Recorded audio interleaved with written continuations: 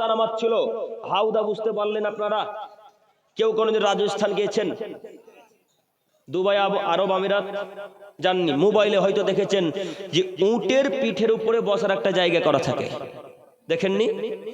ওটাকে হাউদা বলা হয়। মাঝে মাঝে হাতিরও পিঠের উপর থাকে, তাই না?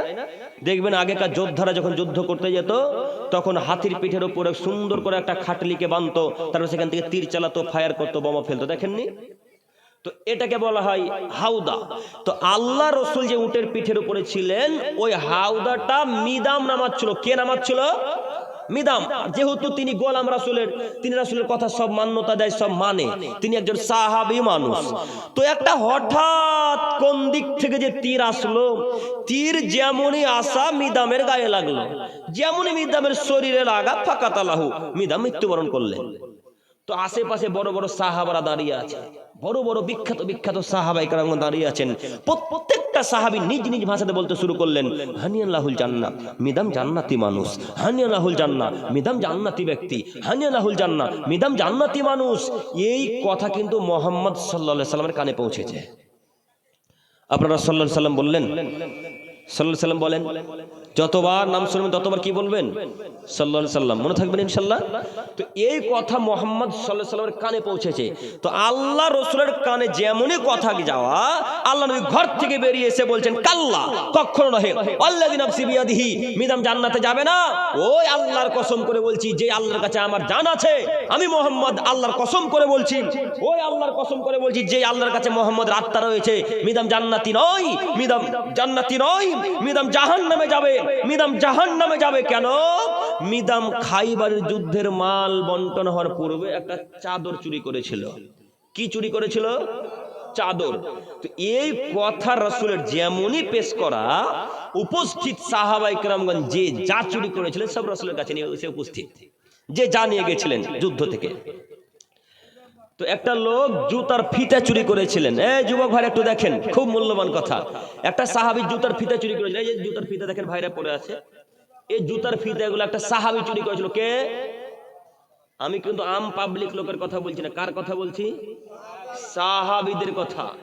যে লোকটা মারা গেছে মিদামি, লোকটা একজন সাহাবী মানুষ, তারপরে কোথায় গেছে? জাহান্নামে। এবার আপনাকে দেখাই। তো একটা লোক জুতার ফিতা চুরি করেছিলেন, তো আল্লাহ রাসূলের কাছে নিয়ে এসেছেন ফিতাটা।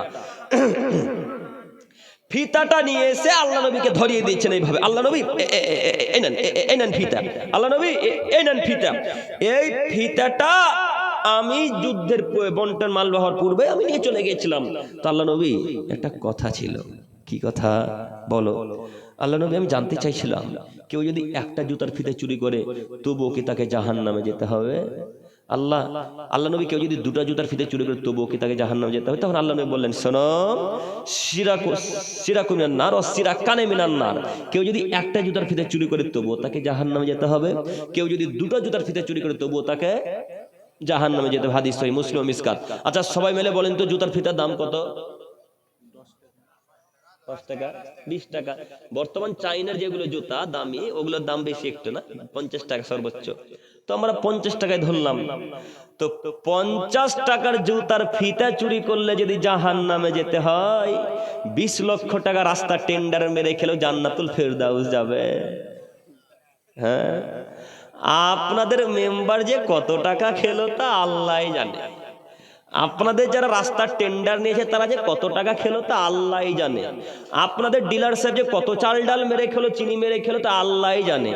এই চিনি মেরে, চাল মেরে, ডাল মেরে, গম মেরে হজ করতে মক্কায় চলে গেছে। কোথায়? হজ কিন্তু দুই জায়গায় হয়। হজ কিন্তু দুই জায়গায় হয়। হজ কয় জায়গায় হয়? এরাও বলছে দুই জায়গায়। মানে আমি যা বলবো সেটাই বলতে হবে। হজ আসলে কয় জায়গায় হয়? এক জায়গায় হয়।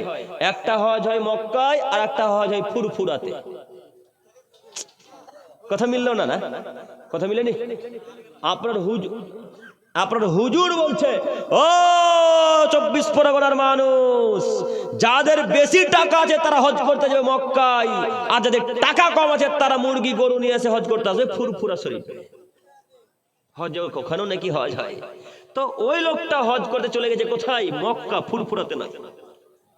যে ডিলার চাল ডাল মেরে খেয়ে চলে গেল হজ করতে গেছে কোথায়?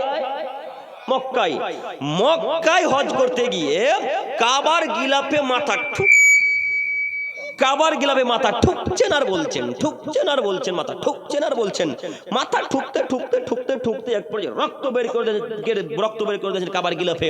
কাবার গিলাফকে ধরে রক্ত বের করে দিয়েছেন যখন, তখন আল্লাহকে এক পর্যায়ে বলছে, আল্লাহ আমি উত্তর 24 পরগনা উত্তর দিনাজপুরের মানুষের, পুরাতন দিগলির মানুষের গম মেরে খেয়েছি, আমি ডিলার মানুষ, আল্লাহ তুমি ক্ষমা করো। আল্লাহ আমি কিষানগঞ্জের মানুষের চাল মেরে খেয়েছি, তুমি আমাকে ক্ষমা করো। আল্লাহ আমি সর্দার ছিলাম, ক্যাশিয়ার ছিলাম, টাকা মেরে খেয়েছি, মসজিদ মাদ্রাসার রাস্তার টেন্ডারের দায়িত্ব নিয়েছিলাম, আল্লাহ টাকা মেরে খেয়েছি, তুমি আল্লাহ ক্ষমা করো। তখন আল্লাহ এক পর্যায়ে বলবেন, ও ডিলার সাহেব, ও মন্ত্রী সাহেব, আরে ও মেম্বার সাহেব, রাস্তা যে আমার নয় গো, রাস্তা যে দিগলির মানুষের, গম যে আমার নয়, গম যে দিগলির মানুষের। যদি ভিক্ষা চাইতে হয় তো ভিক্ষা দিগলির মানুষের কাছে চাইতে হবে, আমি আল্লাহ পাপ ক্ষমা করতে পারবো না। আমি আল্লাহ যদি পাপ ক্ষমা করে দেয়, আমি আল্লাহ অত্যাচারী। মনে রাখো মেম্বার সাহেব, ও ডিলার সাহেব, আমি আল্লাহ অত্যাচারী নই, আমি আল্লাহ আমার উপর অত্যাচার করে হারাম করেছি, আমি আল্লাহ আমার বান্দার উপর অত্যাচার করে হারাম করেছি, অতএব আমি কোন মানুষের উপর অন্যায় বিচার করবো না, এটা আল্লাহর ওয়াদা। শোনো মেম্বার সাহেব, যাও উত্তর দিনাজপুর দিগলিতে গিয়ে বলো, দিগলির মানুষ আমাকে মমতা খালা 3 কিলো করে গম দিতে বলেছিল, আমি 2.5 কিলো দিয়েছি, 500 করে গম মেরে খেয়েছি, আপনারা ক্ষমা করেন। যদি দিগলির মানুষ ক্ষমা করে তো পাপ ক্ষমা হবে, আর দিগলির মানুষ যদি ক্ষমা না করে তো পাপ ক্ষমা হবে না। এখন মেম্বার সাহেব ভিক্ষাও চাইতে পারবে না, এই পাপ ক্ষমাও হবে না। মেম্বার যে কত লোকের চাল খেলো, হ্যাঁ, ডিলার যে কত লোকের গম খেলো, কথা মনে মিলে না। আমার কথা মিলছে? এখন তো কেরাসিন দেয়ই না, সব টাকা তাদের পকেটে। কেরাসিন আর আসে না বাইরে থেকে, না সত্যি আসে না? আসে। তো আমার মেম্বার বেরিয়ে গেলে তো ভাই বলছে ডিলার, তো মেম্বার যে বাড়ির টাকা মেরে খাচ্ছে, হ্যাঁ, মেম্বার বাড়ির টাকা মেরে খায় না, খাচ্ছে। রাস্তার হক, আচ্ছা এটা কি ঢালাই রাস্তা? কি ঢালাই নয় তো কোন এক জায়গায় ঢালাই রাস্তা আছে মনে করেন, ওই ঢালাই রাস্তাটা শুধু অধিকার দিগলির মানুষ রাখে না, হিন্দুরাও রাখে, হিন্দুরাও রাখে। ওই রাস্তার অধিকার আমিও রাখি, কেন আমিও রাস্তা দিয়ে চলতে পারি, তাই না? ওই রাস্তাটা আপনার নিজের নয়, ওটা সরকারি রাস্তা। ওই রাস্তা দিয়ে সারা পৃথিবীর মানুষ অধিকার রাখে, রাখে না? দেখুন যে লোকটা রাস্তার টেন্ডার নিয়েছে, 10 লক্ষ টাকা রাস্তার মেরে খেলো, মমতা খালা বলেছে যে 10 ইঞ্চি করে ঢালাই দিবি। কয় ইঞ্চি? 10 ইঞ্চি। এখন এই লোকটা মেম্বার যে লোকটা টেন্ডার নিয়েছে, লোকটা এসে বাড়িতে এসে 5 ইঞ্চি করে ঢালাই দিয়েছে। 5 ইঞ্চি জুটে না, 5 ইঞ্চির টাকা তার পকেটে। আমাদের ওই আমাদের রাস্তাগুলোকে এখন ঢালাই করে দিচ্ছে, যেই করুক না, নাম নিচ্ছি না, ঢালাই করে দিচ্ছে। তো খাতা কলমে লেখা আছে 5 ইঞ্চি ঢালাই করতে হবে, লেখা আছে যেটাই। তো আমরা যখন মাপছি তখন 2.5 ইঞ্চি 3 ইঞ্চি হচ্ছে। তো আমার একটা কাকা আছে, তো কাকা একটা ফিতা নিয়ে আসলেন, তো 5 ইঞ্চি করে করে প্রত্যেকটা জায়গায় ক্রস চিহ্ন মেরে দিলেন, বলে এটাই 5 ইঞ্চি, এখান থেকে ঢালাই হবে। তখন তারা বাধ্য, না হলে তো আবার ক্যামেরা হবে। এখন তো অনলাইনের যুগ, কথা বুঝেনি? এখন কিসের যুগ? ক্যামেরা, অনলাইনের যুগ। এখন 3 ইঞ্চি ঢালাই দিলে 5 ইঞ্চি দাগটা ক্যামেরা করে এখন ফেসবুক ইউটিউবে চলে যাবে। তখন এই কথা যে কোনো মূল্যে এমপি এমএলএর কাছে যাবে না? তখন তার টেন্ডারও বাদ, তার টাকাও বাদ, তার নামে কেস সবই হবে এখন, তাই না? তো মেম্বার তো বুঝে না কত বড় দায়িত্ব জিনিস। তো এই মমতা খালা বললো যে 10 ইঞ্চি ঢালাই দিলে, এসে দিয়েছে কয় ইঞ্চি ঢালাই? 5 ইঞ্চি। তো জুতার ফিতা চুরি করার কারণে যদি একটা সাহাবীকে জাহান্নামে যেতে হয়, মেম্বার আর টেন্ডারের মালিক যে লোকটা রাস্তা নিল, লোকটা কোটি কোটি টাকা মেরে রেখে জান্নাতুল ফেরদাউস যাবে, এরাও এখন জাহান্নামে যাবে যদি তওবা না করে। অতএব নীতি পরিবর্তন করেন, আজকের পর থেকে হারামের ব্যবস্থা নিব না ইনশাআল্লাহ। পারবো না? পারবো তো ইনশাআল্লাহ। সম্মানিত উপস্থিতি, অনেকক্ষণ আলোচনা হলো। কটা বাজে সাহেব? কটা বাজছে ভাই? সুবহানাল্লাহ, অনেকক্ষণ আলোচনা। তো যাই হোক, আমি বলতে চাচ্ছিলাম, কাগজটা কই? কাগজটা। সম্মানিত উপস্থিতি, সম্মানিত দিনী ভাই ও বোনেরা, সকলে ভালো আছেন তো? আলহামদুলিল্লাহ, আলহামদুলিল্লাহ।